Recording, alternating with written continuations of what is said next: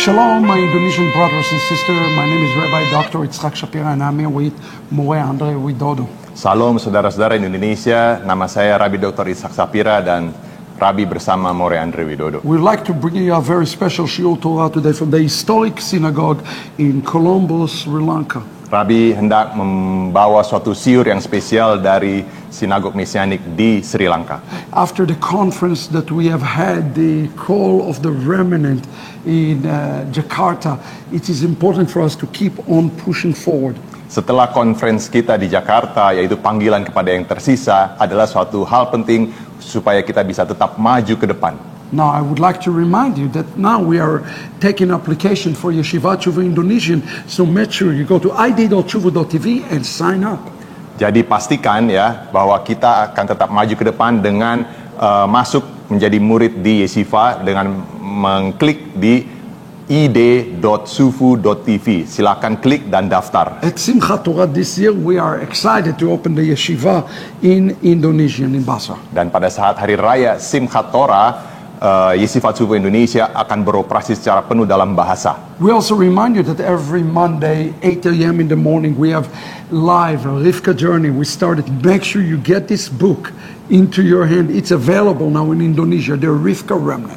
Dan pastikan setiap hari Senin pagi jam 8 pagi, Rabbi akan mempunyai siaran khusus perjalanan tentang Rivka, dan pastikan ya teman-teman memiliki buku yang tersisa dari Rivka dalam bahasa Indonesia. Now we are very short. This time is short. We are almost in Rosh Hashanah.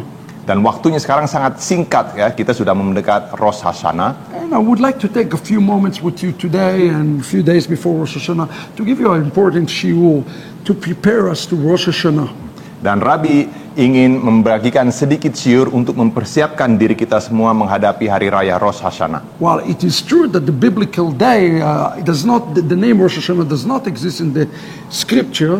Dan penting diketahui bahwa nama Rosh Hashanah tidak tertulis di dalam kitab suci. But Jewish tradition teaches us that this is the day that God created the world. Tetapi berdasarkan tradisi agama Yahudi dikatakan bahwa hari raya Rosh Hashanah ini adalah saatnya Hashem menciptakan alam semesta ini. But there are other names for Rosh Hashanah that are clearly mentioned into the scriptures. Dan ada banyak nama lain daripada hari raya Rosh Hashanah ini yang disebutkan di dalam kitab suci. For example, in the book of Leviticus chapter 23, ambil contoh di dalam kitab Imamat pasal 23, we read about the first day of the 7th month. Dikatakan tentang hari pertama di bulan yang ke-7.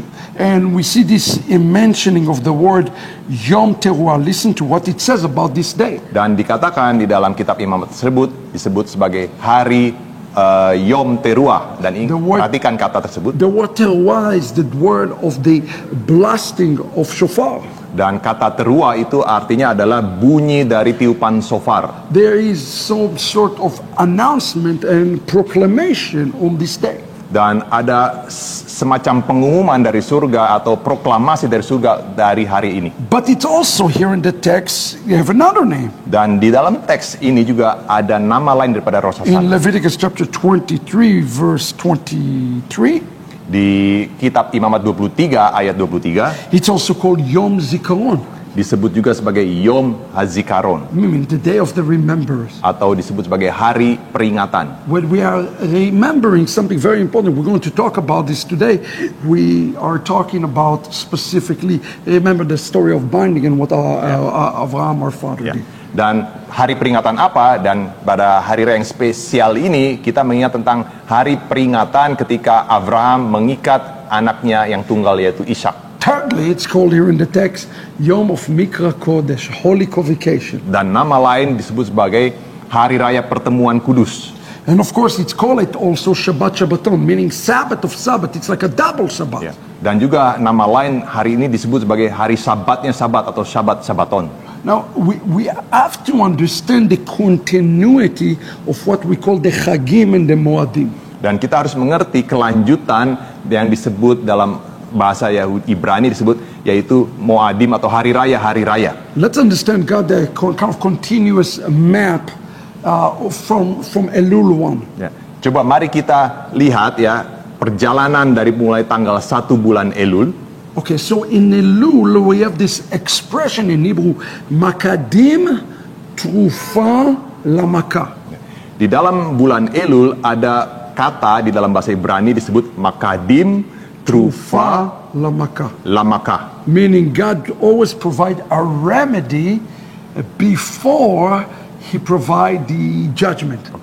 Yang artinya adalah bahwa Hashem selalu menyiapkan penebusan sebelum hari raya penghakiman.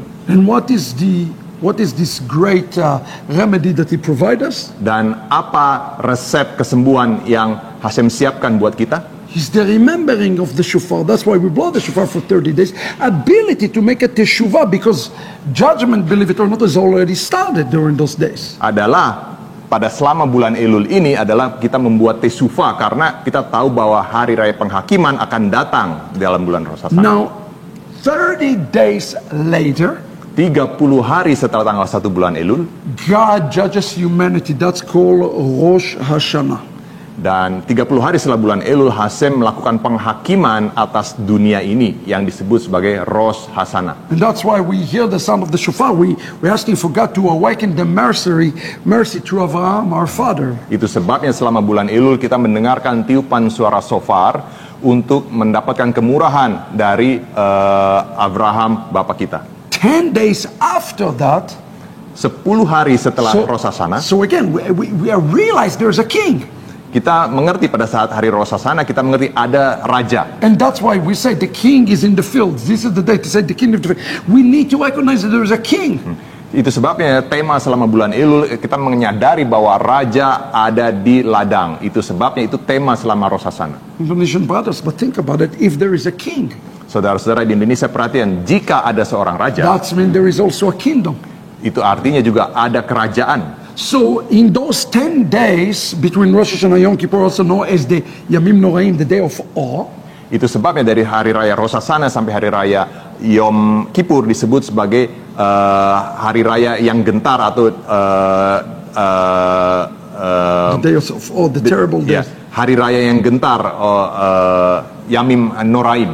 And the reason those days called the day of awe is because those days we recognize, hey, we have broken the laws of the kingdom, because if there's a king, there's a kingdom. Karena pada saat 10 hari masa-masa yang menggentarkan itu, kita disadarkan bahwa ada raja dan juga ada kerajaan, dan kita sudah melanggar semua peraturan dalam kerajaan tersebut. So for 10 days we are considering all the laws of the kingdom that we have broke.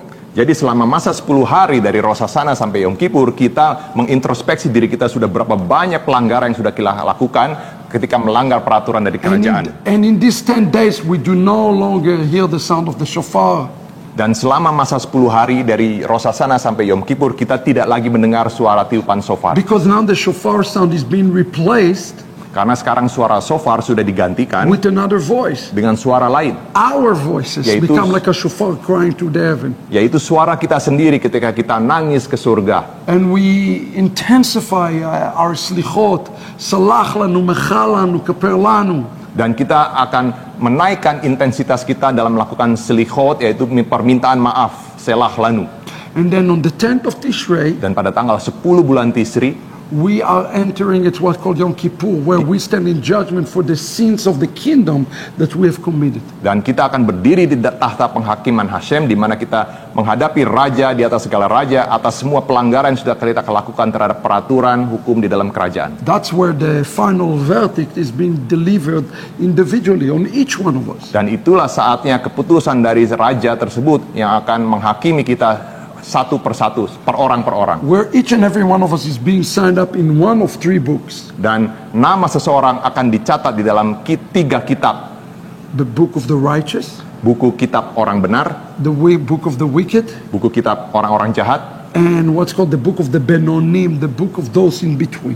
dan yang ketiga disebut buku Ben Onim, yaitu buku tidak jahat dan juga tidak baik, masih di tengah-tengah. Even the book of Revelation tell us that each and every one of us, he said the books are open. It's talking about those books. Dan bahkan di kitab Wahyu dijelaskan 3 buku tersebut dibuka saat itu. And then once we subscribe to this book, Dan ketika nama kita dituliskan di salah satu dari 3 kitab itu, 5 days later, 5 hari kemudian we cry out to God, and 5 days later, God has started the Sukkot, which is called the season of our joy, because it gives us a chance to rebuild something. Dan 5 hari kemudian setelah Yom Kippur, kita bersuka cita di hadapan Hashem karena Hashem memberikan kita kesempatan, belas kasihan untuk bersuka cita. And we build Sukkah. Dan itu sebabnya kita membangun Sukkah. Do you remember the question that they asked Yeshua?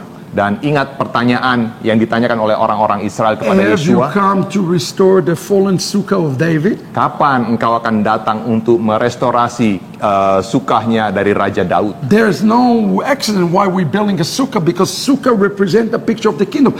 We are actually thanking God for give us another year to now establish the tabernacle of David, establishing the kingdom. Tidak ada alasan pada hari raya Sukkot tersebut kita membangun kemah atau pondok daun buat Raja Daud yang adalah gambaran dari pembangunan kerajaan di muka bumi ini. So how should we enter to this wonderful cycle? Jadi bagaimana caranya kita bisa ikut masuk merayakan siklus yang luar biasa ini? Let me summarize it to you in the first shiur.